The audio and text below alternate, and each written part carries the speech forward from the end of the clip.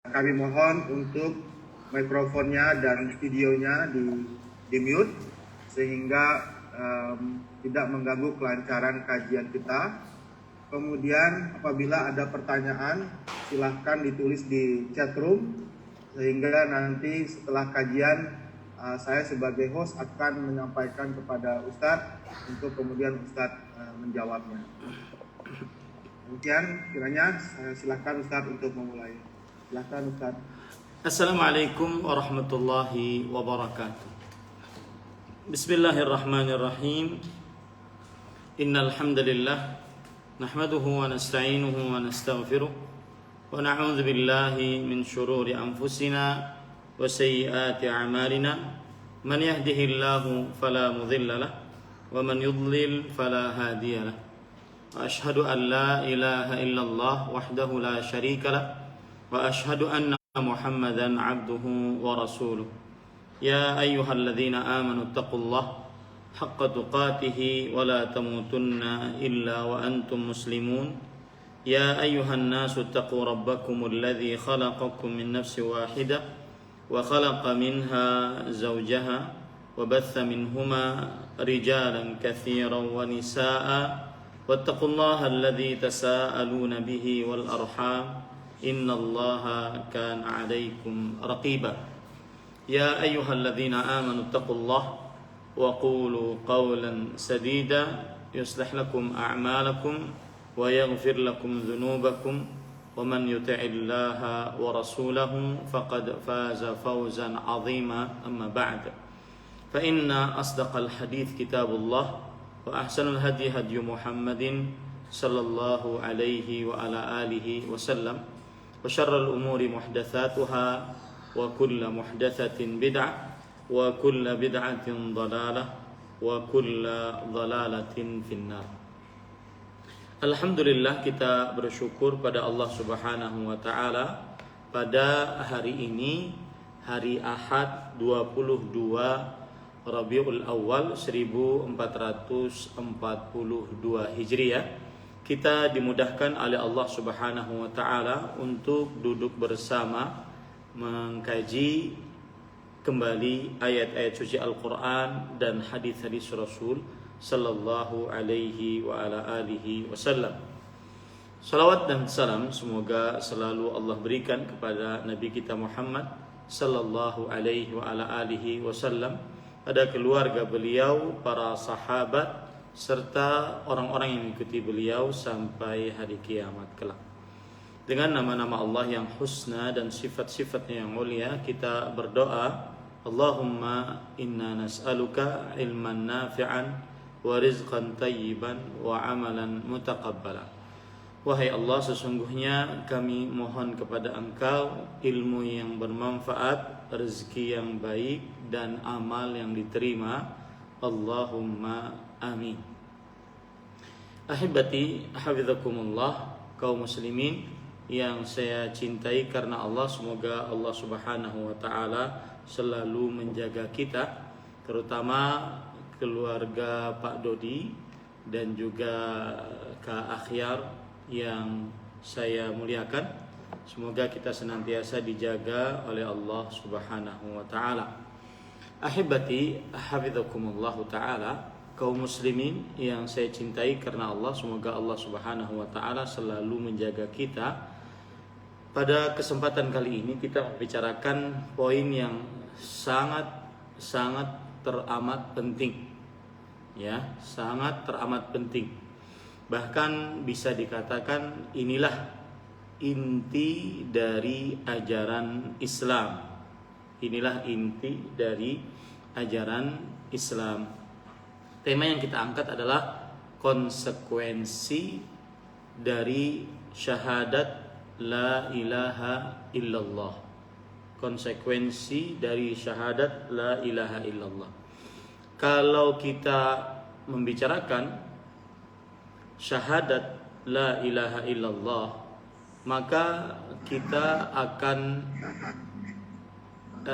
membicarakan pokok dasar dari ajaran Islam.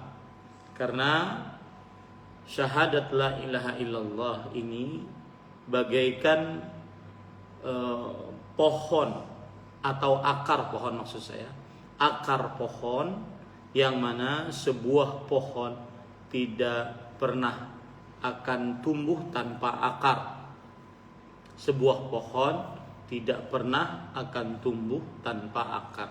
Sebagaimana firman Allah Subhanahu wa taala di dalam surat Ibrahim ayat 24. Alam tara kaifa daraballahu mathalan kalimatan thayyibah ka syajaratin thayyibah asluha thabit wa far'uha fis sama' tu'ti ukulaha kulla hinin bi'idzni rabbiha wa yadribu Allahu al-amthala lin-nas la'allahum yatafakkarun.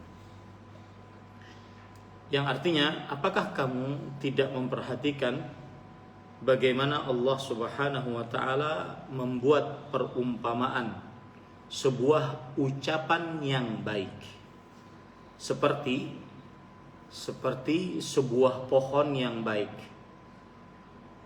akarnya teguh dan cabangnya menjulang ke langit. Tu'ti ukulaha, pohon itu memberikan buahnya pada setiap musimnya dengan seizin Tuhannya. Tu'ti ukulaha kulla hinin bi'idzni rabbiha wa yadribullahu al-amthala lin-nas la'allahum yatadhakkarun. Allah membuat perumpamaan-perumpamaan untuk manusia supaya mereka selalu ingat. Ibrahim ayat 24-25. Abdullah bin Abbas radhiyallahu anhuma ketika menafsiri bahwa yang dimaksud dengan perumpamaan kalimat yang baik atau ucapan yang baik, maka maksudnya adalah syahadatu alla ilaha illallah. Syahadat la ilaha illallah. Inilah yang disebut dengan ucapan yang baik. Dia bagaikan akar pada sebuah pohon. Pohon tidak akan tumbuh, kemudian meninggi, berbuah, diambil manfaatnya tanpa akar tersebut. Begitu juga seorang muslim tidak akan bangun tegak bangunan Islamnya tanpa la ilaha illallah. Tanpa la ilaha illallah. Dan pembicaraan dari la ilaha illallah sangatlah banyak. Kita akan memulai satu-satu dari pembicaraan la ilaha illallah tersebut. Ya, kita akan memulai satu-satu dari pembicaraan la ilaha illallah tersebut. Yang pertama yang kita bahas adalah kedudukan dari la ilaha illallah bagi seorang muslim dalam kehidupannya. Maka Bapak Ibu, saudara-saudari yang saya cintai karena Allah, semoga Allah Subhanahu wa taala selalu menjaga kita. Kedudukannya adalah tidaklah jin dan manusia diciptakan oleh Allah Subhanahu wa taala, tidaklah langit dan bumi dan apa yang ada di antara keduanya diciptakan oleh Allah Subhanahu wa taala kecuali karena untuk menegakkan la ilaha illallah. Tidak ada penciptaan jin, manusia, langit, bumi, daratan, lautan, udara, dan seluruh apa yang ada di alam semesta ini kecuali untuk menegakkan la ilaha illallah. Apa dalil yang menunjukkan akan hal ini? Dalilnya adalah surat Az-Zariyat ayat 56. Wa ma khalaqtul jinna wal insa illa liya'budun. Tidaklah kuciptakan jin dan manusia kecuali untuk beribadah kepadaku. Beribadah kepadaku itulah konsekuensi dari la ilaha illallah. Beribadah kepadaku itulah konsekuensi dari la ilaha illallah. Kemudian kedudukan yang kedua, tidaklah para nabi diutus, para rasul diutus oleh Allah Subhanahu wa taala kepada umat manusia melainkan untuk mendakwahkan la ilaha illallah. Melainkan untuk mendakwahkan la ilaha illallah. Ini menunjukkan keutamaan dari la ilaha illallah. Menunjukkan pentingnya la ilaha illallah. Tugas utama para nabi, para rasul adalah mendakwahkan la ilaha illallah. Allah berfirman di dalam surat Al-Anbiya ayat 25, "Wa ma arsalna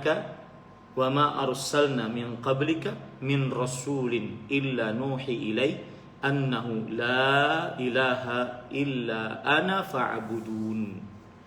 Yang artinya, dan tidaklah kami utus sebelum engkau seorang rasul kecuali mengajak manusia kepada sebuah wahyu, yaitu tidak ada ilah yang berhak diibadahi selain aku, maka sembahlah aku. Ini keutamaan yang kedua, bahwasanya Allah Subhanahu wa taala tidak mengutus para rasul, para nabi kecuali untuk beribadah kepada Allah Subhanahu wa taala, dan itu adalah konsekuensi dari la ilaha illallah. Oleh karenanya Nabi Muhammad sallallahu alaihi wasallam ketika mengutus pendakwah pertama ke negeri Yaman, yang akhirnya kan Indonesia banyak didatangi oleh orang-orang Yaman. Pendakwah pertama ke negeri Yaman yaitu Mu'adz bin Jabal radhiyallahu anhu. Dakwah yang wajib disampaikan orang pertama kali, atau wajib beliau sampaikan pertama kali kepada orang adalah la ilaha illallah.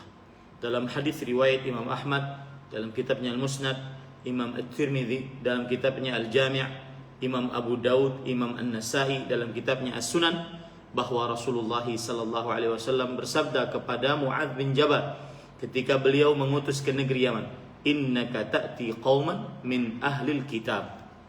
Sesungguhnya engkau mendatangi orang-orang dari ahlul kitab. Fad'uhum falyakun awwala ma tad'uhum syahadata an la ilaha illallah. Maka hendaklah yang pertama kali kamu dakwahkan adalah la ilaha illallah. Ini menunjukkan keutamaan dari la ilaha illallah, kedudukan dari la ilaha illallah.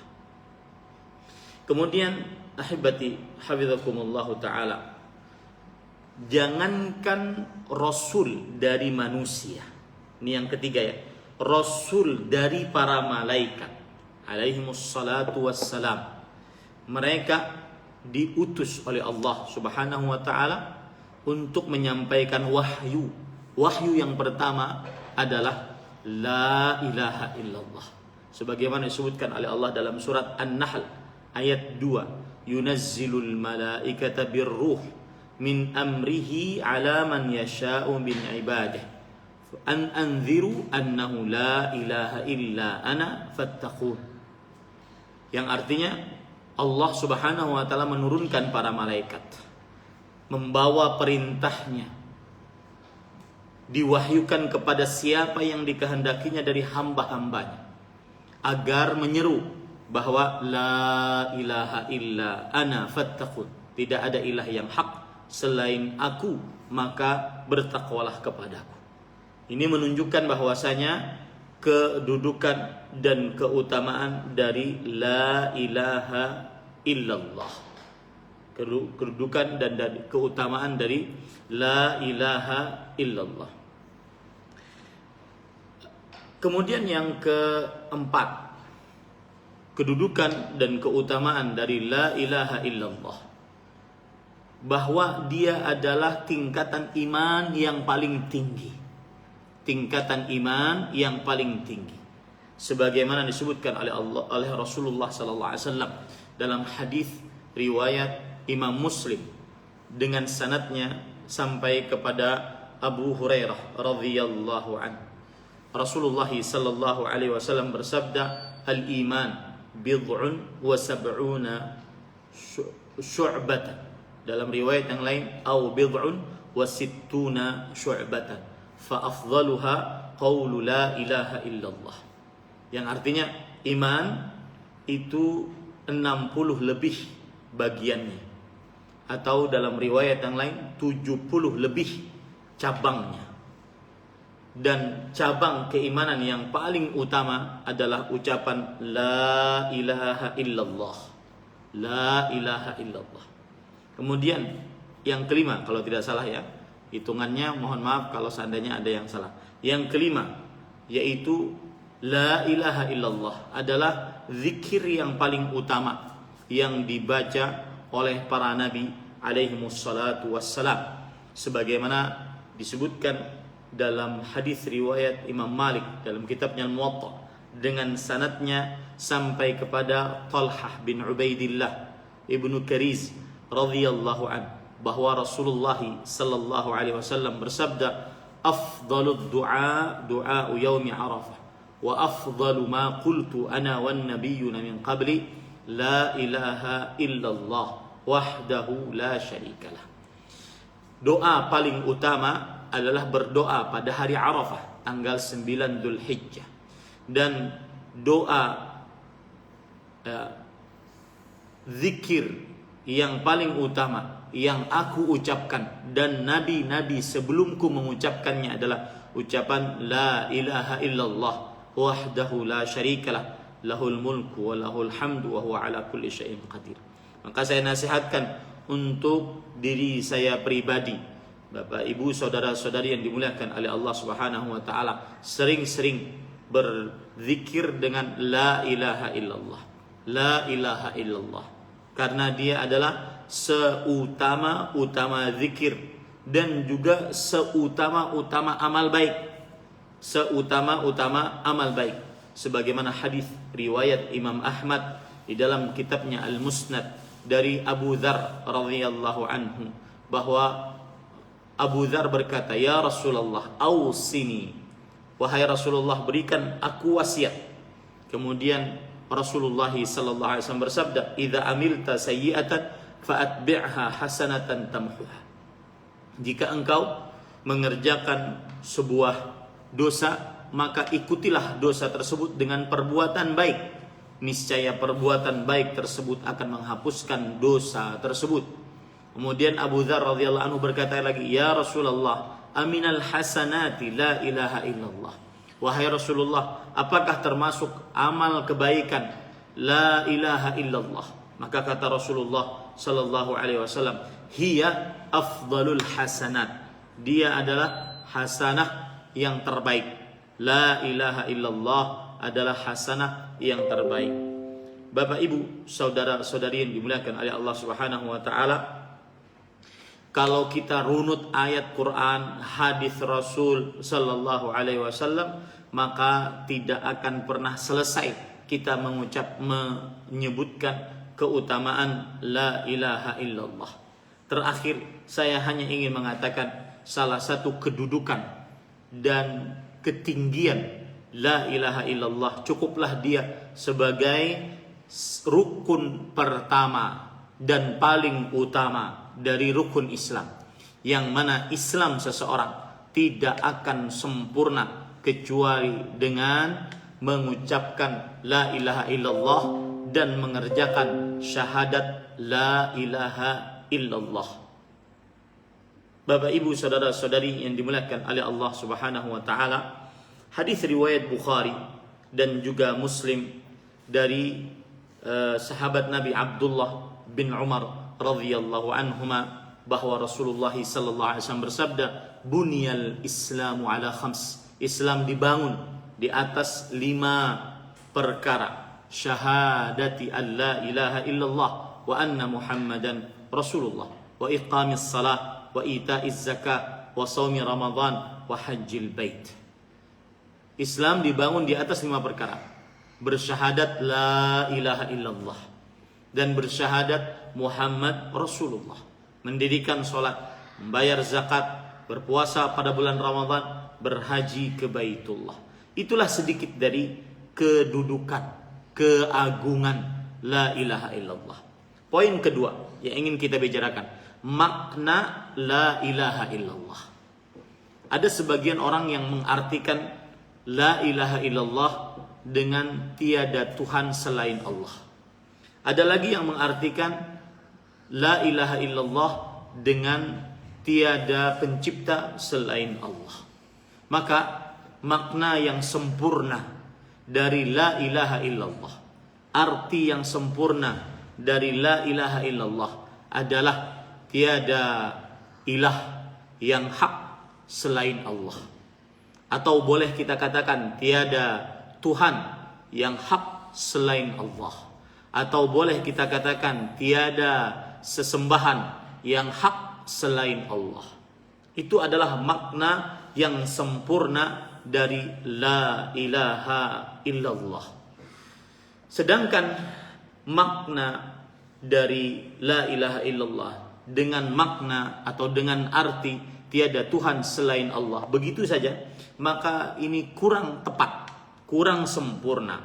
Kenapa demikian? Bapak, Ibu, saudara-saudari yang dimuliakan oleh Allah Subhanahu wa taala. Karena Tuhan-Tuhan yang ada di dunia ini sangatlah banyak, dan itu ditunjukkan oleh Allah Subhanahu wa taala dalam Al-Qur'an. Allah Subhanahu wa taala berfirman di dalam Al-Qur'an surat Al-An'am ayat 74. Wa idh qala Ibrahim li abihi Azara atattakhidhu asnaman aliha inni araka wa qaumaka fi dhalalin mubin. Dan ingatlah ketika Nabi Ibrahim alaihissalam berkata kepada bapaknya Azar, pantaskah engkau wahai bapakku menjadikan berhala-berhala sebagai Tuhan-Tuhan. Ini menunjukkan bahwa Azar dan juga kaumnya menyembah berhala, menjadikan berhala sebagai Tuhan, menunjukkan bahwa ada Tuhan selain Allah, menunjukkan bahwa ada Tuhan selain Allah. Begitu juga kaum Nasrani, mereka berkata waqalatin Nasara waqalatin Nasara al-Masih ibnullah. Kaum Nasrani berkata Isa bin Maryam al-Masih, Yesus adalah anak Tuhan. Maka mereka menjadikan Yesus sebagai Tuhan selain Allah Subhanahu wa taala. Ini menunjukkan juga bahwasanya ada Tuhan selain Allah. Begitu juga kaum Yahudi mengatakan waqalatil yahud Uzair ibnullah. Kaum Yahudi berkata Uzair adalah anaknya Allah.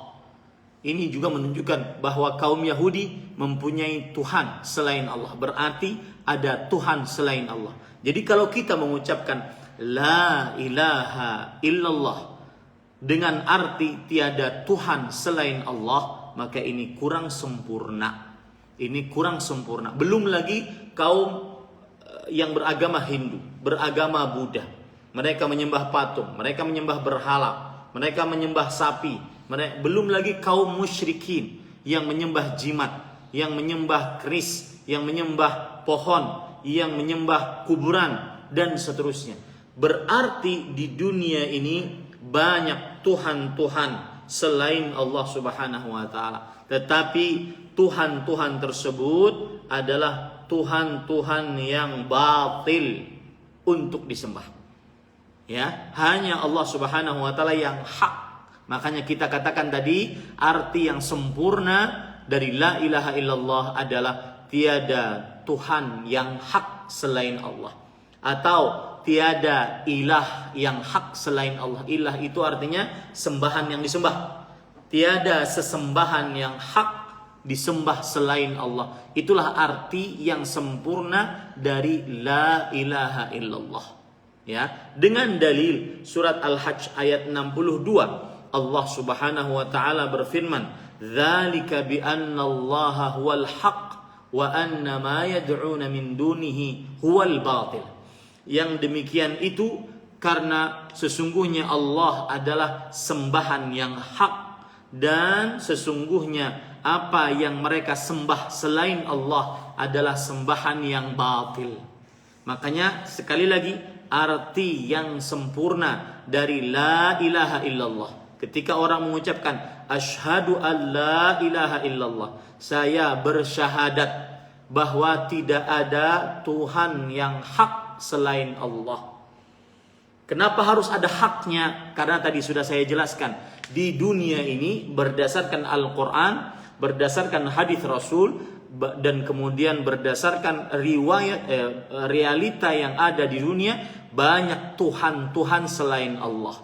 Tetapi Tuhan-Tuhan selain Allah tersebut disembah dengan kebatilan, tidak hak untuk disembah, tidak berhak untuk disembah. Maka arti yang sempurna dari la ilaha illallah adalah tiada Tuhan yang hak kecuali Allah, tiada sembahan yang hak disembah selain Allah. Itu artinya.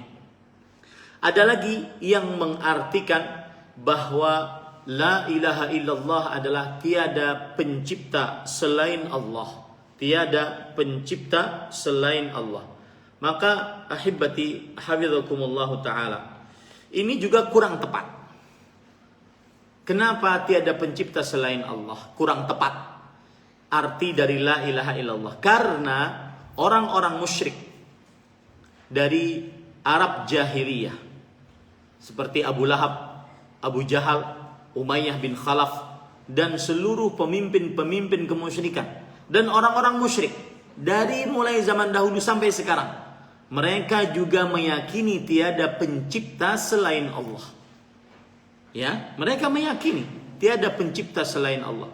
Itu orang yang masih percaya kepada tukang ramal.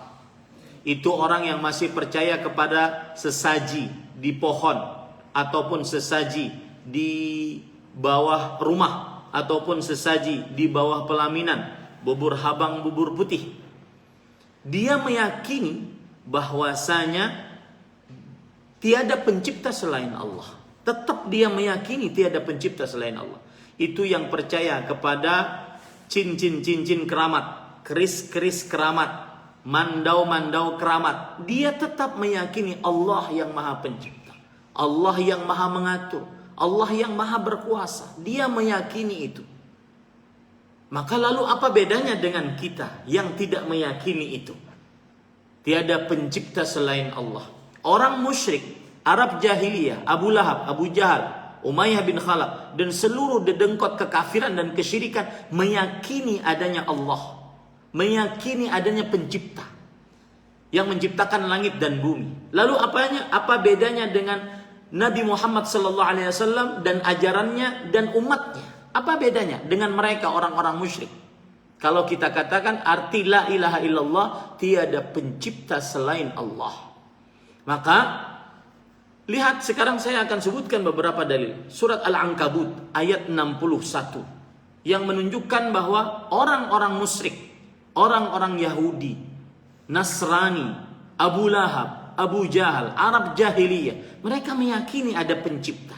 Allah berfirman dalam surat Al-Ankabut ayat 61, kemudian 63, ya. Kemudian ayat yang lain juga, di antaranya surat Luqman ayat 25, kemudian juga surat Az-Zumar ayat 38, kemudian surat Az-Zukhruf ayat 9. Ini semua ayat yang senada dan semakna. Saya bacakan satu ayatnya. Wala in sa'altahum man khalaqas samawati wal arda wa sakhkhara asy-syamsa wal qamara la yaqulunna Allah fa anna yufakun. Dan sesungguhnya jika engkau wahai Muhammad sallallahu alaihi wasallam bertanya kepada mereka orang-orang kafir Quraisy, siapakah yang menjadikan langit, bumi, menundukkan matahari dan bulan? Maka sungguh mereka akan benar-benar menjawab, Allah. Lihat, ya, Allah. Mereka meyakini bahwa Allah Subhanahu wa taala yang Maha Pencipta. Kemudian ayat yang ke-63, wala in sa'altahum man nazala minas sama'i ma'an fa ahya bihi al-ardha min ba'di mautiha la yaqulunna Allah. Sesungguhnya jika kamu menanyakan kepada mereka, siapakah yang menurunkan air dari langit lalu menghidupkan dengan air itu bumi sesudah matinya, sungguh mereka akan menjawab Allah. Meskipun yang masih percaya kepada dukun, tukang ramal, santet, guna-guna, pelet, pawang hujan, ya, ahli kasyaf yang masih melakukan kesyirikan, mereka masih meyakini Allah Subhanahu wa taala. Lalu, ya, apa bedanya dengan kita kalau seandainya kita juga mengartikan tiada pencipta selain Allah? Dalam surat Luqman ayat 25 Allah berfirman, "Wala in sa'altahum man khalaqas samawati wal arda la yaqulunna Allah." Jika engkau wahai Muhammad sallallahu alaihi wasallam bertanya kepada mereka orang kafir Quraisy, siapa yang menciptakan langit dan bumi, maka mereka akan menjawab Allah. Maka arti dari syahadat la ilaha illallah, bismillah, maaf. Arti dari syahadat la ilaha illallah jika diartikan dengan tiada pencipta selain Allah kurang sempurna. Karena berarti tidak ada bedanya antara kita yang mentauhidkan Allah dengan orang-orang musyrik. Maka artinya yang benar adalah tiada ilah yang hak selain Allah. Ilah artinya sembahan yang hak selain Allah. Karena kita beribadah hanya kepada Allah. Orang-orang musyrik tidak, menjadikan antara mereka dengan Allah perantara. Mereka pergi ke berhala Lata, Uzza, Manat, Hubal untuk menjadikan Lata, Uzza, Manat, Hubal sebagai perantara antara mereka dengan Allah Subhanahu wa taala. Disinilah kenapa sebagian pendakwah tauhid mengatakan arti la ilaha illallah yang sempurna adalah tiada ilah, pakai kata-kata ilah, ya, yang hak selain Allah. Karena itulah pembeda antara kita dengan orang musyrik, orang kafir, orang Arab jahiliyah, yang mana mereka menjadikan berhala mereka sebagai perantara antara mereka dengan Allah Subhanahu wa taala. Sebagaimana Allah Subhanahu wa taala sebutkan akan hal itu di dalam Al-Qur'an. Ma na'buduhum illa liyuqarribuna ilallahi zulfa. Kami tidak beribadah kepada berhala-berhala tersebut, tidak. Tetapi kami beribadah kepada berhala-berhala tersebut untuk mendekatkan kami kepada Allah Subhanahu wa taala. Surat Az-Zumar ayat 3. Ahibati hafizakumullah taala, kaum muslimin yang saya cintai karena Allah, semoga Allah Subhanahu wa taala selalu menjaga kita. Inilah arti yang sempurna dari la ilaha illallah, dan ini sesuai dengan dalil-dalil dari Al-Qur'an, hadis Rasul sallallahu alaihi wasallam. Di antaranya Allah berfirman dalam surat Al-Anbiya ayat 25, "Wa ma arsalna min qablika min rasul illa nuhi ilai annahu la ilaha illa ana fa'budun." Yang artinya, dan tidaklah kami utus sebelum engkau seorang rasul kecuali kami wahyukan kepadanya bahwa tidak ada ilah yang berhak diibadahi kecuali aku. Lihat bedanya kita orang umat Nabi Muhammad SAW dengan Abu Jahal, Abu Lahab, kaum musyrikin, ya. Kalau persamaannya adalah kita sama-sama mengakui bahwa Allah Maha Pencipta. Mereka juga mengakui Allah Maha Pencipta. Bedanya kita hanya beribadah kepada Allah, berdoa hanya kepada Allah. Ya. Minta pertolongan, isti'anah hanya kepada Allah. Iyyaka na'budu wa iyyaka nasta'in. Minta pertolongan hanya kepada Allah. Minta perlindungan hanya kepada Allah. Langsung kepada Allah, tanpa perantara, langsung kepada Allah. Qul a'udzu birabbil falaq. Qul a'udzu birabbin nas. Katakan wahai Muhammad sallallahu alaihi wasallam, aku berlindung kepadamu, aku berlindung kepada Rabb yang memiliki waktu subuh, kepada Rabb yang memiliki yang mempunyai manusia, yang mengatur manusia.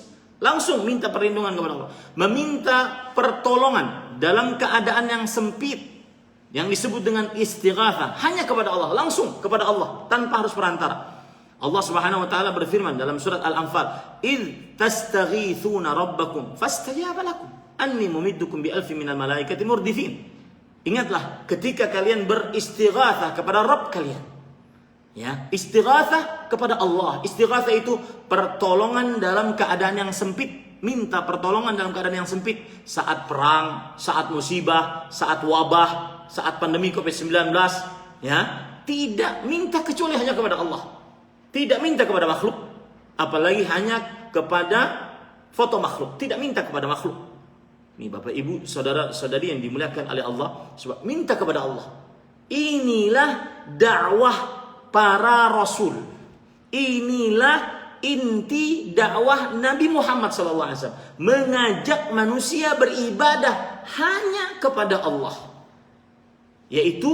Itulah makna yang sempurna dari la ilaha illallah. Allah berfirman dalam surah An-Nahl ayat 36. Wa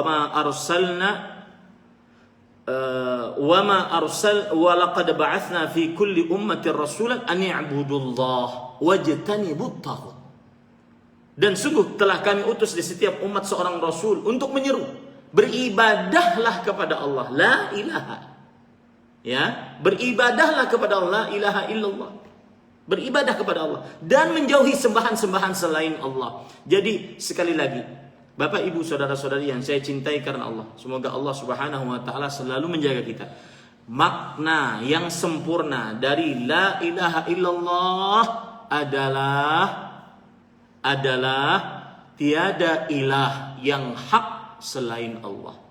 Bahasa Indonesianya, tiada sembahan yang diibadahi yang hak selain Allah Subhanahu wa ta'ala.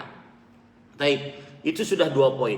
Kedudukan la ilaha illallah, makna la ilaha illallah. Poin yang ketiga, rukun dari la ilaha illallah. Sebagaimana Islam punya rukunnya 2 kalimat syahadat, mendirikan sholat, puasa pada bulan Ramadan, membayar zakat, berhaji ke Baitullah. Islam mempunyai rukun, la ilaha illallah pun ada rukun. Apa arti rukun? Rukun itu apa artinya? Ya, rukun artinya adalah ma la yatimmu illa bihi. Sesuatu tidak akan sempurna kecuali dengannya. Dan dia bagian dari sesuatu tersebut. Seperti sholat. Rukun sholat adalah membaca surah Al-Fatihah. Tidak sah sholat seseorang tanpa membaca surah Al-Fatihah. Nah, sekarang rukun la ilaha illallah. Dia adalah sesuatu yang harus ada di dalam la ilaha illallah dan dia bagian dari la ilaha illallah. Tidak sah la ilaha illallah seseorang tanpa rukun ini. Taib. La ilaha illallah rukunnya, kalau boleh saya tuliskan, perhatikan di sini biar mudah memahaminya. La ilaha illallah mempunyai 2 rukun. La ilaha illallah. La ilaha disebut dengan nafyu. Kemudian illallah disebut dengan itsbat. Ini perhatikan. La ilaha illallah. Rukun yang pertama adalah rukun la ilaha. Rukun yang kedua adalah rukun illallah. La ilaha, tidak ada sembahan apapun, siapapun yang berhak disembah selain Allah. Rukun ini disebut dengan an-nafyu. Apa artinya an-nafyu? Meniadakan sesembahan selain Allah. Meniadakan sesembahan selain Allah. Itu disebut dengan rukun an-nafyu. La ilaha. Mungkin kita selama ini kan cuma mengucapkan la ilaha illallah minimal 17 kali sehari semalam. Saat tasyahud kan begitu. Kita minimal berapa kali sehari semalam? 1, 2, 3, 4, 5, 6, 7, 8, 9. 9 kali sehari semalam. Ya, pada saat tasyahud minimal kita ucapkan. Tetapi kadang-kadang kurang mendalami apa la ilaha illallah yang sering sekali kita ucapkan. Ya. Nah, rukun yang pertama an-nafyu disebut dengan bahasa Indonesianya peniadaan, meniadakan sesembahan yang diibadahi selain Allah, siapapun dia, apapun dia, bahkan sampai malaikat yang paling termulia Jibril tidak boleh disembah selain Allah, sampai Rasul yang paling termulia dari manusia Nabi Muhammad SAW tidak boleh disembah selain Allah Subhanahu wa taala, apalagi makhluk-makhluk di bawah mereka. Ini namanya an-nafyu, peniadaan selain Allah Subhanahu wa taala. Yang kedua, illallah. Rukun yang kedua adalah disebut dengan al-itsbat. Illallah, kalau saya terjemahkan, hanya Allah yang berhak diibadahi satu-satunya. Hanya Allah, menetapkan ibadah hanya untuk Allah Subhanahu wa taala. Dari mulai sholat, puasa, zakat, haji, baca Quran, kemudian berzikir, kemudian takut, harap, tawakal, menyembelih, bernazar, minta tolong, minta perlindungan, minta pertolongan dalam keadaan yang sempit, berdoa, itu semuanya hanya Allah yang berhak. Tidak boleh sama sekali kita menadah tangan kepada makhluk, ya, dalam perkara yang tidak disanggupi kecuali oleh Allah. Minta rezeki, minta anak, minta kesehatan, minta solusi dari sebuah permasalahan, minta hal-hal yang tidak disanggupi kecuali oleh Allah Subhanahu wa taala. Maka itu semua ditujukan hanya kepada Allah. Itulah rukun al-itsbat. Illallah, hanya Allah yang berhak diibadahi. Dan ingat baik-baik Bapak Ibu saudara-saudari, dua rukun ini kata para ulama mutalaziman. Dia saling berkaitan satu dengan yang lainnya. Kalau orang cuma memakai rukun an-nafyu, la ilaha, tiada Tuhan, berarti dia ateis. Kalau orang memakai hanya illallah, hanya Allah, berarti dia kaulo gusti manunggalin kaulo gusti. Artinya dia menyatu dengan Allah, wahdatul wujud. Jadi maju salah, mundur salah. Maka harus menggabungkan dua hal. La ilaha illallah. Itulah rukun dari la ilaha illallah. Para ikhwan yang dirahmati oleh Allah Subhanahu wa taala. Allah Subhanahu wa taala berfirman di dalam Al-Qur'an dalam surat Luqman ayat 30. Dzalika bi anna Allaha huwal haqq wa anna ma yad'una min dunihi al-batil wa anna Allaha huwal 'aliyyul kabir.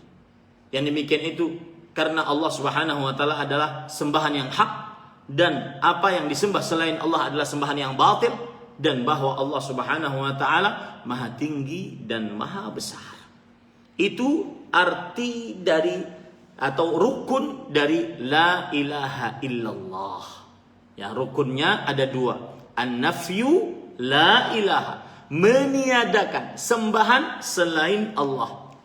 Kemudian al-itsbat, illallah, menetapkan ibadah hanya untuk Allah Subhanahu wa taala. Nah, perhatikan rukun ini. An-nafyu, al-itsbat, meniadakan, menetapkan. Maka ini disebut juga dalam bahasa akidah yaitu al-bara dan al-wala.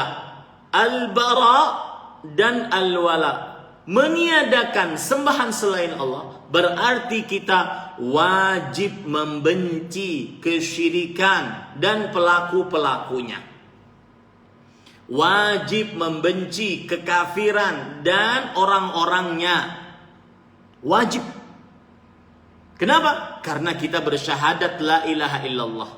Tidak sempurna syahadat la ilaha illallah seseorang sampai dia membenci kesyirikan, kekafiran dan orang-orangnya. Sampai dia bermusuhan dengan kesyirikan, kekafiran dan orang-orangnya. Sampai hari kiamat. Sampai mereka beriman kepada Allah Subhanahu wa ta'ala. Hal ini sebagaimana yang dilakukan oleh qudwah kita, imam kita, yaitu Nabi Ibrahim alaihi salam. Ya. Yang mana beliau berkata kepada bapaknya yang musyrik, yang kafir. Allah berfirman dalam surat Al-Mumtahinah atau Al-Mumtahanah boleh, Al-Mumtahinah juga boleh. Ayat keempat, qad kanat lakum uswatun hasanah fi Ibrahim walladzina ma'ah إذ قالوا لقومهم إنا براء منكم ومما تعبدون من دون الله كفرنا بكم وبدا بيننا وبينكم العداوة والبغضاء أبدا حتى تؤمنوا بالله وحده إلا قول إبراهيم لأبيه لأستغفرن لك وما أملك لك من الله من شيء ربنا عليك توكلنا وإليك أنبنا وإليك المصير. Sesungguhnya telah ada suri tauladan yang baik bagi kalian pada diri Nabi Ibrahim alaihissalam. Jadi kita wajib mencontoh Nabi Ibrahim alaihissalam dan orang-orang yang bersama beliau. Ketika Nabi Ibrahim dan orang-orang yang beriman bersama beliau berkata kepada Azar dan kaum musyrikin, sesungguhnya kami berlepas diri dari kalian. Ini namanya An-Nafyu, ini namanya Al-Bara, berlepas diri dari kesyirikan dan orang-orangnya, dan dari apa yang kalian sembah selain Allah. Kami mengingkari kekafiran kalian dan telah nyata antara kami dan kalian permusuhan, ya, dan kebencian buat selama-lamanya sampai kalian beriman kepada Allah semata. Lihat, ini yang kadang-kadang orang-orang yang mengatakan, udahlah Islam gak usah terlalu mengaku agama yang paling benar, ya, nanti Islam dituduh sombong. Semuanya sama kok, semua kita kan manusia, semua kita menuju satu titik kebenaran. Mungkin beda-beda aja caranya. Islam mungkin jalannya yang paling dekat, Nasrani juga sama menyembah Allah juga kok, kemudian Yahudi sama menyembah Allah juga kok, kemudian Hindu, Buddha, Konghucu sama juga menyembah Allah juga kok. Menyembah satu titik aja. Mereka menggambarkan seperti teori piramida, semuanya menuju satu titik. Maka ini tidak benar.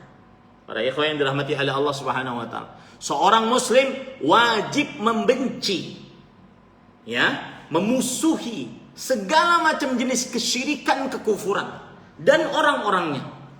Meskipun kita tidak boleh berbuat semena-mena. Jangan sampai nanti ada berjalan di pasar Hanyar, kemudian karena dia orang kafir kita tusuk. Enggak benar ini. Ya, tidak benar. Tetapi hati kita wajib membenci kesyirikan, kekufuran. Tidak boleh kita merasa mereka benar atau ragu-ragu dengan kemusyrikan mereka, tidak boleh. Itu namanya al-bara. Disebutkan dalam ayat ini, inna bura'a'u minkum, kami berlepas diri dari kalian. Wajib. Kemudian illallah, rukun yang kedua illallah, yaitu al-itsbat, menetapkan. Ini disebut dengan al-wala, loyal hanya kepada Islam, orang-orang Islam. Cinta hanya kepada Islam, orang-orang Islam. Saling kasih mengasihi hanya kepada Islam, orang-orang Islam. Ya, maka dari rukun la ilaha illallah tersebut kita kenal akidah al-bara dan al-wala. Bismillah.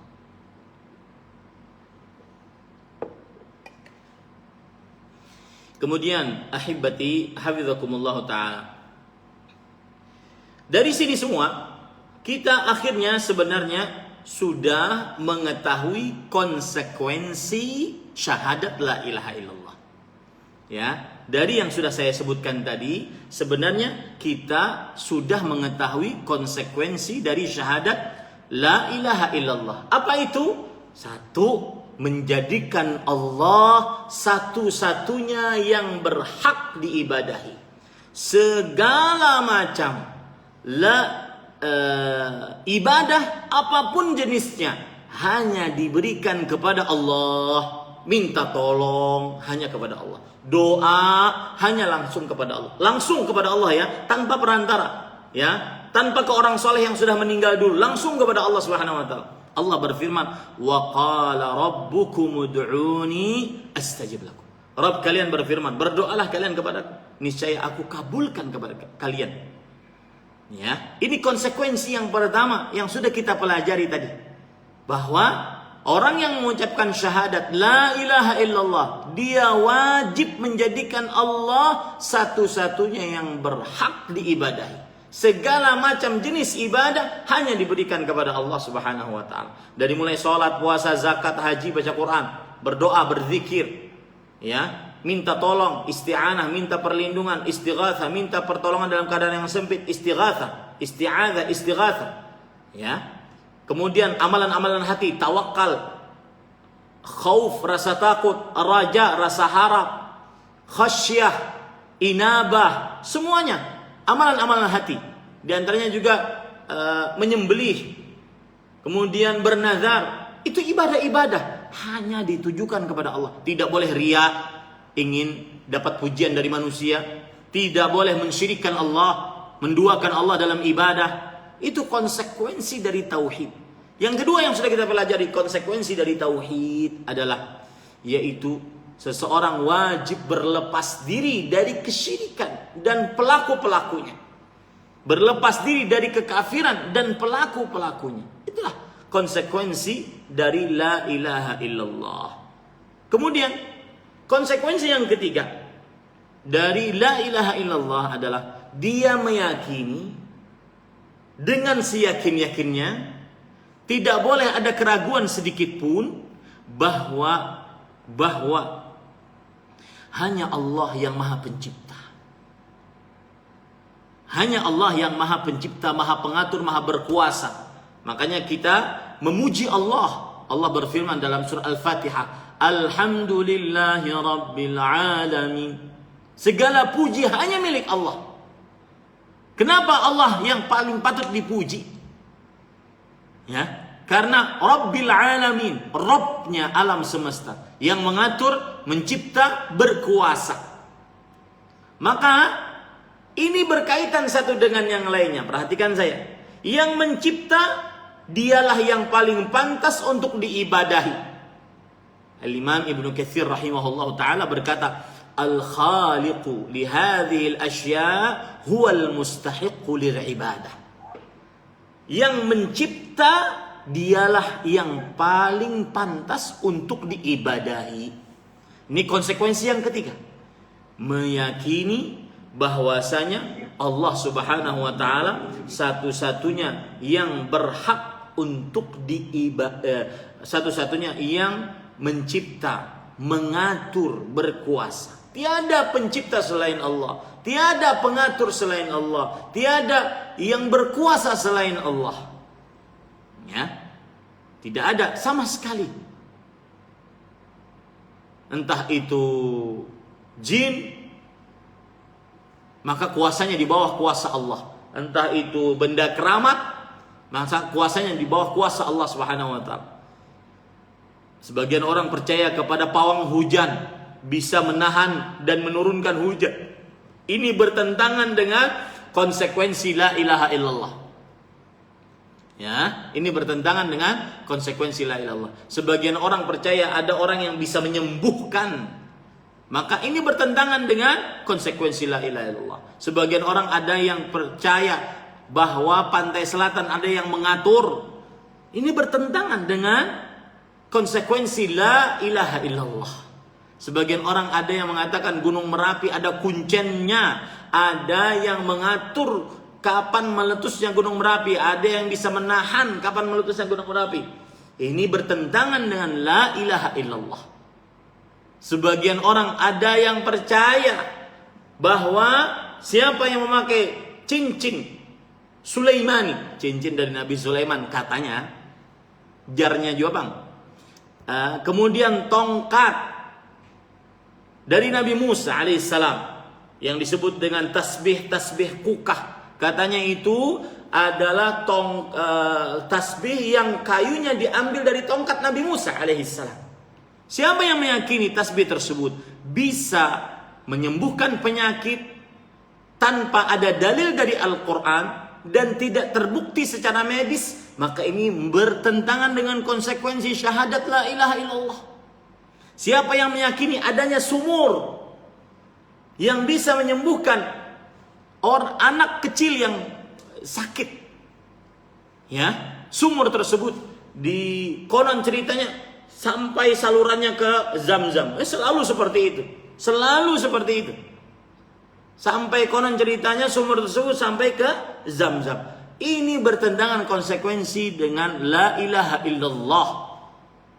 Karena tidak ada yang mengatur, mencipta, berkuasa selain Allah. Siapa yang meyakini ada yang mengetahui akan hal gaib, entah itu disebut dengan ahli kasyaf ataupun tukang ramal, sebenarnya sama saja itu.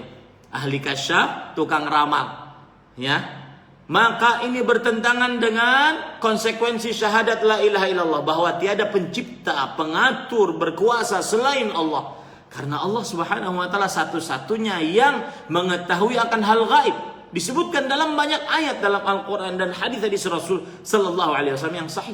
Alimul ghaibi wasyahada fala yuzhiru ala ghaibihi ahadan illa man irtada min rasul. Allah yang maha mengetahui hal gaib dan yang gaib ataupun yang gaib ataupun yang nampak. Allah tidak memperlihatkan hal gaibnya kepada seorang pun kecuali yang Allah ridhai dari Rasul-Rasul Allah. Jadi siapa yang mengaku mengetahui pian pinanya tahun kena naik haji? Kalau ada yang bertanya kepada seseorang, Ustadz, apabila ulun naik ke haji? Tahun kena aja. Nah, kalau ada yang meramal tentang sesuatu, kira-kira saya menikah dengan fulana tanggal sekian, bulan sekian, tahun sekian, cocok tidak? Kalau saya berumah di sini, membuka usaha ini, cocok tidak? Kalau itu sebuah ramalan, mengaku mengetahui akan hal gaib yang akan datang atau yang telah lalu, maka dia bertentangan dengan syahadat la ilaha illallah. Karena kenapa? Karena Allah Subhanahu wa taala berfirman di dalam surah An-Naml ayat 65. Qul la ya'lamu man fis samawati wal ardil ghaiba illallah. Katakan wahai Muhammad sallallahu alaihi wasallam, tidak ada yang mengetahui akan hal gaib di langit dan di bumi melainkan Allah. Sampai Nabi kita Muhammad salawatu rabbi wa salamu wa barakatuh alaihi sendiri tidak mengetahui akan hal gaib. Buktinya banyak. Kalau seandainya beliau mengetahui akan hal gaib, beliau tidak perang Uhud. Karena di peperangan Uhud beliau terluka. Lebih baik beliau cari aman. Kemudian kalau seandainya beliau mengetahui akan hal gaib, beliau tidak akan ke Taif untuk berdakwah. Di sana beliau dilempari batu sampai luka berat. Kalau beliau mengetahui akan hal gaib, niscaya beliau tidak akan pergi ke Taif. Kalau seandainya beliau mengetahui akan hal gaib, maka beliau niscaya mengetahui di mana cincin Aisyah radhiyallahu anha tertinggal. Ini menunjukkan bahwasanya siapa yang mengakui, meyakini ada orang yang mengetahui akan hal gaib selain Allah, maka ini bertentangan dengan konsekuensi syahadat la ilaha illallah, yang salah satu konsekuensinya adalah meyakini Allah satu-satunya Maha pengatur, Maha pencipta, Maha berkuasa, Maha mengetahui akan hal gaib. Tiada sekutu bagi Allah.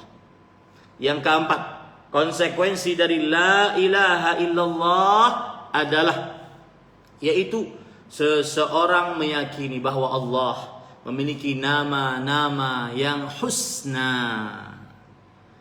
yang disebut dengan Asmaul Husna, dan sifat-sifatnya yang ulya, yang sesuai dengan keagungan dan kemuliaan Allah Subhanahu wa taala sebagaimana ditetapkan oleh Allah dalam Al-Qur'an dan oleh Rasulullah sallallahu alaihi wasallam di dalam hadisnya yang sahih. Tidak boleh kita tanyakan bagaimana sifat Allah. Tidak boleh kita misalkan sifat Allah dengan sifat makhluk. Allah mempunyai wajah, wa yabqa wajhu rabbika dzul jalali wal ikram. Dan tetap wajah Rabbmu yang memiliki kemuliaan dan keagungan. Kita tetapkan sifat wajah tanpa kita misalkan dengan makhluk, tanpa kita tanyakan bagaimana wajahnya Allah Subhanahu wa taala. Dan ini kita percayai, kenapa? Bukan dari kantong kita sendiri, akan tetapi berasal dari ayat-ayat Al-Quran dan hadis-hadis Rasul sallallahu alaihi wasallam. Nah, itulah konsekuensi dari orang yang bersyahadat la ilaha illallah. Yang pertama, dia wajib beribadah hanya kepada Allah Subhanahu wa taala. Tiada sekutu bagi Allah. Segala macam ibadah dia tujukan hanya kepada Allah Subhanahu wa taala. Yang kedua, konsekuensi dari syahadat la ilaha illallah, dia wajib berlepas diri dari kesyirikan, kekafiran dan orang-orangnya. Meskipun itu kerabat. Meskipun itu kerabat, dia wajib membenci kesyirikan, kekufuran dan orang-orangnya. Ulun beri contoh, misalkan ada seorang anak muslim, orang tuanya kafir, maka sang anak tetap wajib berbakti kepada orang tuanya, karena sebagai bentuk balas budi atas jasa orang tuanya. Tetapi sang anak tidak boleh, haram untuk mencintai orang yang musyrik, mencintai orang yang kafir. Haram. Allah berfirman dalam Al-Quran, ya, la tajidu qauman yu'minuna billahi wal yawmil akhir yuwadduna man haddallaha wa rasulahu walau kanu aba'ahum aw abna'ahum aw ikhwanahum aw ashiratahum ulaika kataba fi qulubihimul iman wa ayyadahum biruhim min. Yang artinya, kamu wahai Muhammad sallallahu alaihi wasallam tidak akan mendapati suatu kaum, orang-orang yang beriman kepada Allah dan kepada hari akhir, saling berkasih sayang, cinta menyintai dengan orang-orang yang menentang Allah dan Rasulnya. Itu mustahil. Mustahil terkumpul dua hal. Yang beriman kepada Allah tapi saling mencintai dengan orang kafir. Makanya kan dulu ada tuh di negeri ini, ya, orang yang mencela Al-Quran, surat Al-Ma'idah ayat 51. Pantas memang kita tidak boleh, haram hukumnya menjadikan orang kafir sebagai pemimpin. Kenapa? Karena konsekuensi la ilaha illallah. Konsekuensi dari la ilaha illallah, kita harus berlepas diri, membenci kesyirikan, kekafiran dan orang-orang musyrik. Tapi sekali lagi saya ingatkan, tidak boleh kita berbuat zalim. Di tengah jalan dapati orang kafir langsung dibunuh, tidak boleh. Ngambil hartanya dengan dalih kita harus berlepas diri, tidak boleh, ya. Tidak boleh berbuat zalim. Konsekuensi yang kedua, meyakini seyakin-yakinnya bahwa tidak ada yang berhak mencipta, mengatur, berkuasa kecuali Allah. Kemudian konsekuensi yang keempat, meyakini seyakin-yakinnya bahwa Allah memiliki nama-nama yang husna dan sifat-sifat yang mulia sesuai dengan keagungan dan kemuliaan Allah Subhanahu wa taala. Alhamdulillah, selesai kajian kita, sudah 1 jam. Di sini 22 menit lagi adzan asar. Ada waktu 15 menit untuk sesi pertanyaan. Dipersilahkan kepada pembawa acara Pak Dodi. Wallahu a'lam. Nah. Ya, terima kasih Ustaz Jazakallah khairan atas ulasannya yang sangat bagus. Saya akan bacakan pertanyaan walaupun yang satu ini. Pertanyaan pertama, apa tanda-tanda rumah tangga kena sihir atau guna-guna atau santet? Bagaimana cara menghilangkannya dan apakah doa yang perlu kita baca? Bagus pertanyaannya ini. Ini sangat banyak terjadi di tengah masyarakat. Bismillah, walhamdulillah, wassalatu wassalamu ala rasulillah wa ala alihi wa sahbihi wa man wala. Tanda-tanda sebuah rumah tangga yang terkena sihir sangatlah banyak. Di antaranya, tiba-tiba suami membenci istrinya atau sebaliknya tanpa ada sebab yang begitu signifikan dilihat secara lahiriah mata manusia. Ya. Jadi misalkan sang istri melihat suaminya seperti melihat warik. Pahamlah warik pian. Nah, atau misalkan sang istri setiap kali masuk dalam kamar merasa panas, tidak nyaman. Saya pernah kejadian akan hal ini, bahwa suami istri yang baru saja menikah, kemudian mereka melalui hari-hari indah. Baru seminggu kemudian sang istri merasa tidak nyaman tidur di atas ranjang. Mereka berhubungan selalu di sofa, mohon maaf ya, di sofa ruang tamu. Karena di atas ranjang kedua-duanya pasti bertengkar. Padahal tidak ada apa-apa.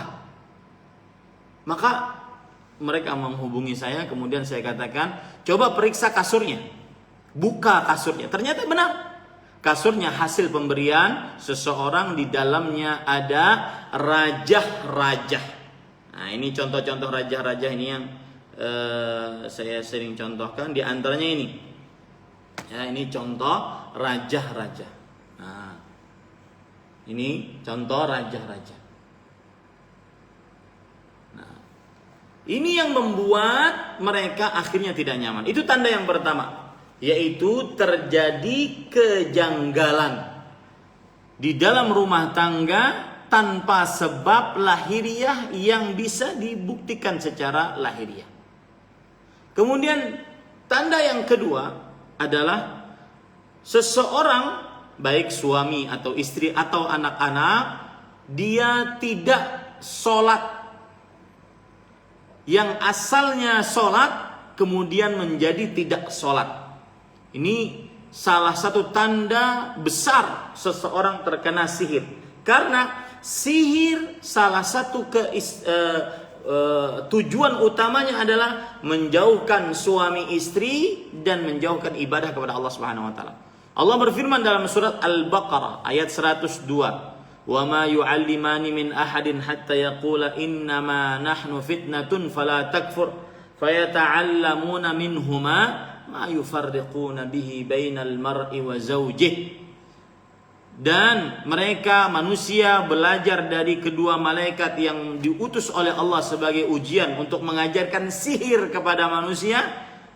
Ilmu yang pertama kali mereka pelajari adalah memisahkan antara suami dan istri.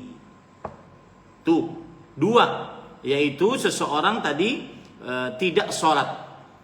Yang ketiga, tanda seseorang terkena sihir atau keluarga terkena sihir adalah dia tidak membaca Al-Quran, ataupun kalau dibacakan maka dia muntah-muntah, merasa pusing, kemudian tidak nyaman, ngantuk. Ya, ini salah satu tanda besar. Karena Rasulullah SAW bersabda, "Iqra'u surat Al-Baqarah, fa inna akhdaha barakah, wa tarkaha hasrah, wa la tastati'uha al-batalah." Bacalah surat Al-Baqarah. Ya, bacalah surat Al-Baqarah. Maka saya nasihatkan untuk di keluarga minimal, ya, ada seorang dari anggota keluarga yang baca surat Al-Baqarah dari awal sampai akhir di dalam rumah tersebut. Ya, biasanya yang ada terkena sihir, kemasukan jin, maka dia merasa pusing, merasa mau muntah, panas dingin, tidak nyaman badan, ngantuk, tidak mau mendengar, atau yang semisalnya.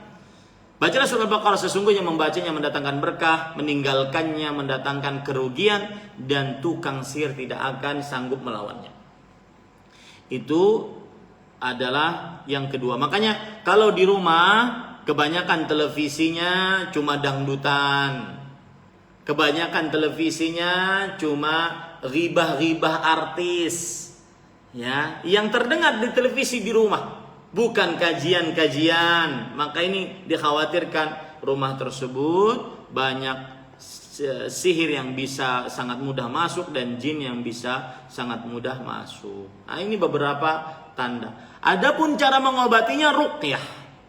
Ruqyah. Di antaranya ada cara-cara tindakan preventif, penanggulangan sebelum terjadi, dan ada cara kuratif, yaitu penindakan pengobatan setelah terjadi. Saya akan sebutkan dulu ruqyah yang preventif, penanggulangan sebelum terjadi. Perhatikan ini, mudah-mudahan bisa diamalkan oleh kita semua. Yang pertama yaitu sebagaimana yang sudah saya sebutkan tadi, bahwa baca surat Al-Baqarah di setiap hari di dalam rumah. Ya, kalau perlu, kalau seandainya karena dia 2 juz 4 lembar, mungkin sebagian orang yang belum lancar baca Qur'annya merasa berat, maka kalau berat gantian, tidak mengapa. Yang penting di rumah itu dibacai surat Al-Baqarah. Kemudian yang kedua, setiap malam jangan lupa baca 2 ayat terakhir dari surat Al-Baqarah. Ini penekanan tersendiri. Karena Rasul sallallahu alaihi wasallam bersabda, "Man qara'a bil ayataini min akhir suratil Baqarah kafatahu." Barang siapa yang membaca 2 ayat terakhir dari surat Al-Baqarah, maka 2 ayat tersebut akan mencukupkannya. Kata Al-Hafidz Ibnu Hajar Al-Asqalani rahimahullah, mencukupkannya di sini maksudnya adalah dari segala keburukan. Kemudian yang ketiga, membaca ayat kursi sebelum tidur. Ini tindakan preventif. Ayat kursi dibaca sebelum tidur.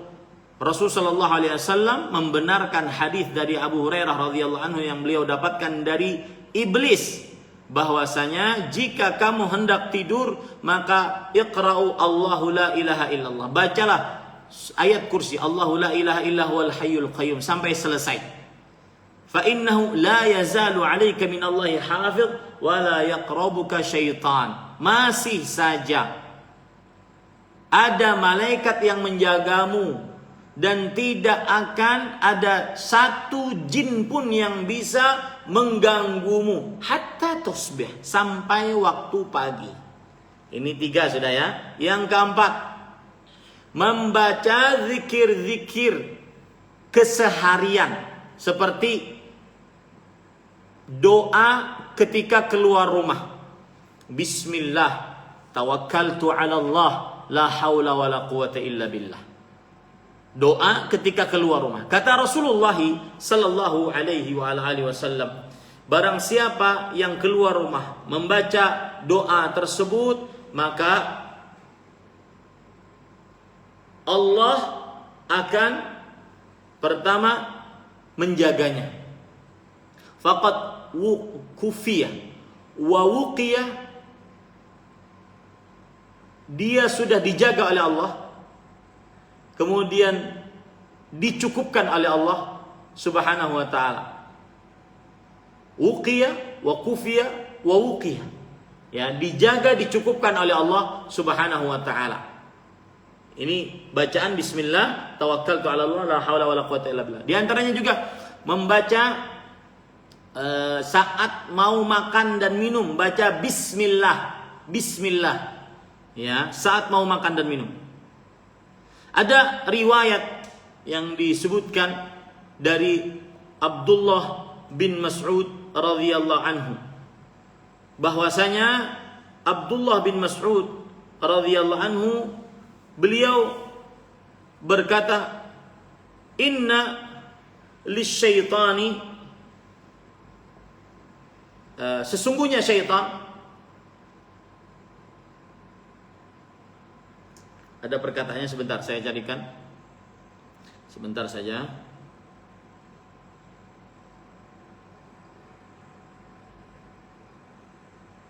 Ada perkataan yang menarik tentang syaitan. Inna lil mu'mini, sesungguhnya seorang yang beriman, sebentar ya, syaitanul mu'min. Saya biar lengkap membacakan perkataan Rasul sallallahu alaihi wasallam. Hadis riwayat Imam Ahmad dari Abu Hurairah. Rasul sallallahu alaihi wasallam bersabda, "Inna al-mu'mina la yumdi saitanahu kama yumdi ahadukum ba'irahu fis safar. Lihat ini penting sekali. Sesungguhnya orang beriman mencambuki setannya sebagaimana seseorang mencambuki hewan tunggangannya saat dia sedang bersafar. Dahulu orang bersafar bukan dengan mobil, motor, pesawat, kapal, kereta, tidak. Dahulu orang bersafar memakai hewan tunggangan, di antaranya onta. Kalau hewan tunggangannya sudah mulai letih, lambat, maka dia pukul agar berjalan kembali. Maka orang beriman terhadap syaitannya juga seperti itu. Sering memukuli siapa? Syaitannya. Bagaimana itu bisa terjadi? Perhatikan. Hadis dari Abdullah bin Mas'ud radhiyallahu anhu. Inna syaitanal mu'min yalqa syaitanal kafir. Ini menarik nih ceritanya. Setan. Jadi gini, kita ini kan beriman. Mudah-mudahan Allah menerima iman kita. Pada diri kita itu ada qarin, jin yang selalu bersama kita, yang disebut dengan qarin dari jin dan qarin dari malaikat. Jadi ada dua yang selalu bersama kita, qarin dari jin, qarin dari malaikat. Apabila orang banyak maksiat, itu berarti dia sedang dibisiki oleh qarin dari jin. Ya, sampai di sini paham ya? Baik. Abdullah bin Mas'ud radhiyallahu anhu berkata, sesungguhnya setannya orang beriman. Ini setannya orang beriman. Jinnya, qarinnya orang beriman bertemu dengan jinnya orang kafir. Ya, di alam sana kita juga nggak tahu bagaimana. Kemudian fayara syaitanal mu'mini syahiban aghdara mahzulan. Yang artinya, maka setannya orang kafir ini melihat setannya orang beriman ini compang-camping, kurus kerempeng, lusuh. Fayaqulu lahu syaitanul kafir, "Malak? Waihak, qad halakta." Maka syaitannya orang kafir mengatakan kepada syaitannya orang beriman, "Kenapa kamu kok badanmu gitu kurus kerempeng, keadaanmu compang-camping, rambutmu penuh dengan debu, lusuh? Engkau kayaknya sudah binasa, kenapa?" Fayaqulu syaitanul mu'min. Syaitannya orang beriman berkata, "La wallahi ma asilu ma'ahu ila syai'." Demi Allah, aku tidak bisa bersamanya sedikit pun. Bersama orang beriman tuh nggak bisa. Kenapa? Idza ta'ima dzakara asmallah. Kalau mau lagi makan, nyebut bismillah. Kalau mau lagi minum, dzakar asmallah, nyebut bismillah. Idza nama dzakar ismallah. Kalau ingin tidur, menyebut nama Allah. Bismika Allahumma amutu wa ahya. Idza dakhala baitahu dzakar asmallah. Jika masuk rumah, nyebut bismillah. Subhanallah. Jika masuk rumah, nyebut bismillah.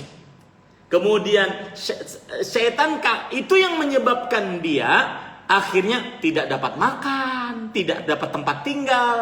Ini kalau setannya bersama orang beriman seperti itu, tersiksa pokoknya. Adapun setannya orang kafir, lihat ceritanya. Lakinni akulu min ta'amih wa ashrabu min syarabih wa anamu ala firashih fa hadha syahib wa hadha mahzul. Yang artinya, akan tetapi aku, kata setannya orang kafir, ya, yang selalu bersama orang kafir, aku kalau makan bersama dia, kalau minum dari minuman dia, tidur bersama dia. Ini subhanallah. Karena tidak pernah menyebut nama Allah. Makanya saya katakan, tindakan preventif yang keempat, berzikir dengan zikir keseharian. Yang kelima, berzikir dengan zikir pagi dan sore. Nah, bagi keluarga Bapak Dodi dan Kak Akhyar yang mungkin belum mengetahui apa itu zikir pagi, zikir sore, maka nanti bisa dikirimkan ya bukunya untuk bisa berzikir pagi, zikir sore, sehingga bisa diamalkan. Contoh saja misalkan gini, wabah ini, penyakit COVID-19 yang menyebar dengan cepat. Maka salah satu zikir yang sangat bagus untuk kita baca, memproteksi diri kita dengan izin Allah adalah a'udzu bikalimatillahi tammat min syarri ma khalaq. A'udzu bikalimatillahi tammat min syarri ma khalaq. Aku berlindung dengan kalimat-kalimat Allah yang sempurna dari keburukan yang tercipta. Kata Rasul sallallahu alaihi wasallam, jika dibaca 3 kali pagi, 3 kali sore, lam tusibhu faj'atu bala. Tidak pernah dia tertimpa musibah yang mendadak. Nah, itu bacaan ada di mana? Itu bacaan ada di zikir pagi, zikir sore. Nah, ini tugas nih kepada keluarga yang sudah ikut pengajian agar memberikan mana zikir pagi, zikir sore tersebut agar dibaca oleh keluarganya. Nah, itu. Adapun tindakan kuratif kalau sudah terjadi kena sihir, maka jawabannya yang paling mudah untuk menanggulangi sihir adalah mencari praktek sihirnya. Seperti ini, saya beri contoh praktek sihirnya.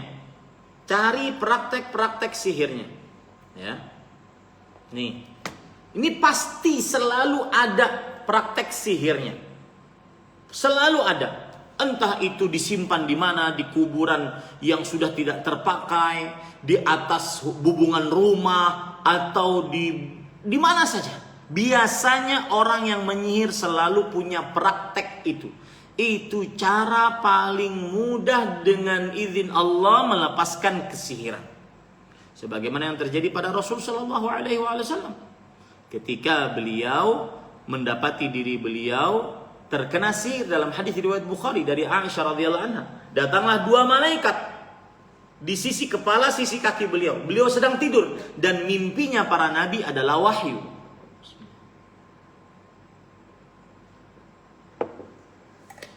Kemudian malaikat yang satu bertanya, "Ma waja'u hadzal rajul?"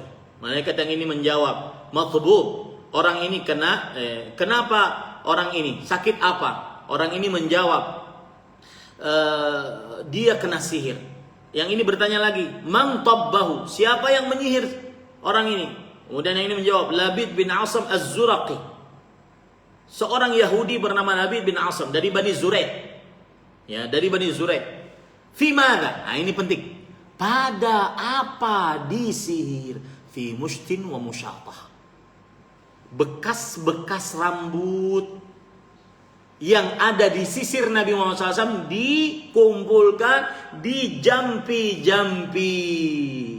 Kemudian dilakukan praktek sihir lalu disimpan. Disimpannya di mana? Di fi bi'ri dzi arwa. Disimpan di sumur dzi arwa. Bangunlah Rasulullah SAW mengambilnya, kemudian dimusnahkan. Selesai setelah itu sihirnya. Ini cara kuratif paling mudah untuk menghilangkan sihir.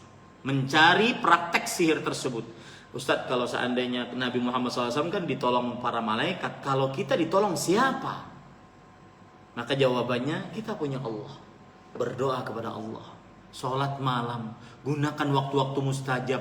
Berdoa kepada Allah agar praktek sihirnya ditunjukkan oleh Allah. Entah nanti Allah menghancurkan melalui proses alam dengan kehendak Allah, atau Allah Subhanahu wa taala memberikan petunjuk kita mendapatinya tanpa kita sadari, atau ada orang yang mendapatkannya tanpa kita sadari, maka setelah didapatkan langsung dimusnahkan. Cara yang kedua, ruqyah, bacakan ayat-ayat Al-Qur'an apa saja, terutama Al-Fatihah. Al-Fatihah. Bacakan terus-terusan. Kemudian doa-doa dari hadis-hadis Rasul sallallahu alaihi wasallam yang sahih.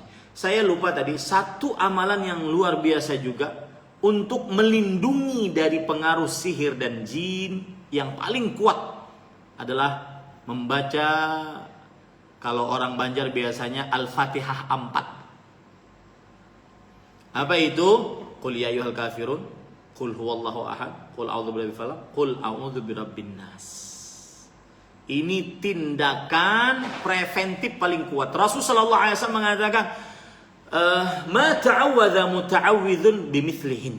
Tidak pernah ada orang minta perlindungan yang lebih kuat perlindungannya dibandingkan dengan membaca 4 surat ini. Al-Kafirun, Al-Ikhlas, Al-Falaq, An-Nas. Qul ya ayyuhal kafirun, qul huwallahu ahad, qul a'udzu birabbil falaq, qul a'udzu birabbin nas. Nah, habis waktu kita Pak Dodi. Mudah-mudahan disambung lagi. Oh ya. Siap. Terima kasih banyak Ustaz. Baik. Kita sambung. Mohon maaf ada beberapa pertanyaan mungkin yang belum yang belum bisa terjawab. Mungkin kalau kapan lagi saya diundang, waktunya agak dimulai lebih cepat lebih bagus. Seperti misalkan jam waktu di sini jam 13.30, waktu di sana mungkin jam 12.30 ya. Oh ya.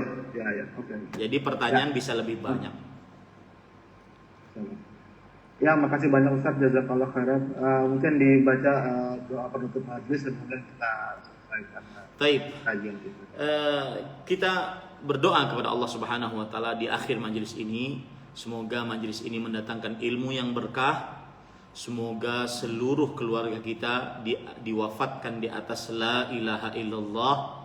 Semoga kita seluruhnya dijauhkan dari kesyirikan dengan segala macam jenisnya, dan kita cukupkan dengan kafaratul majlis. Subhanakallahumma wa bihamdik, asyhadu an la ilaha illa anta astaghfiruka wa atubu ilaik. Wa sallallahu nabiyana Muhammad walhamdulillahirabbil alamin. Subhana rabbika rabbil izzati amma yasifun. Wassalamualaikum warahmatullahi wabarakatuh. Waalaikumsalam warahmatullahi wabarakatuh. Jazakallah khairan Ustaz. Barakallahu fiik, jazakallahu khair. Oke, Pak.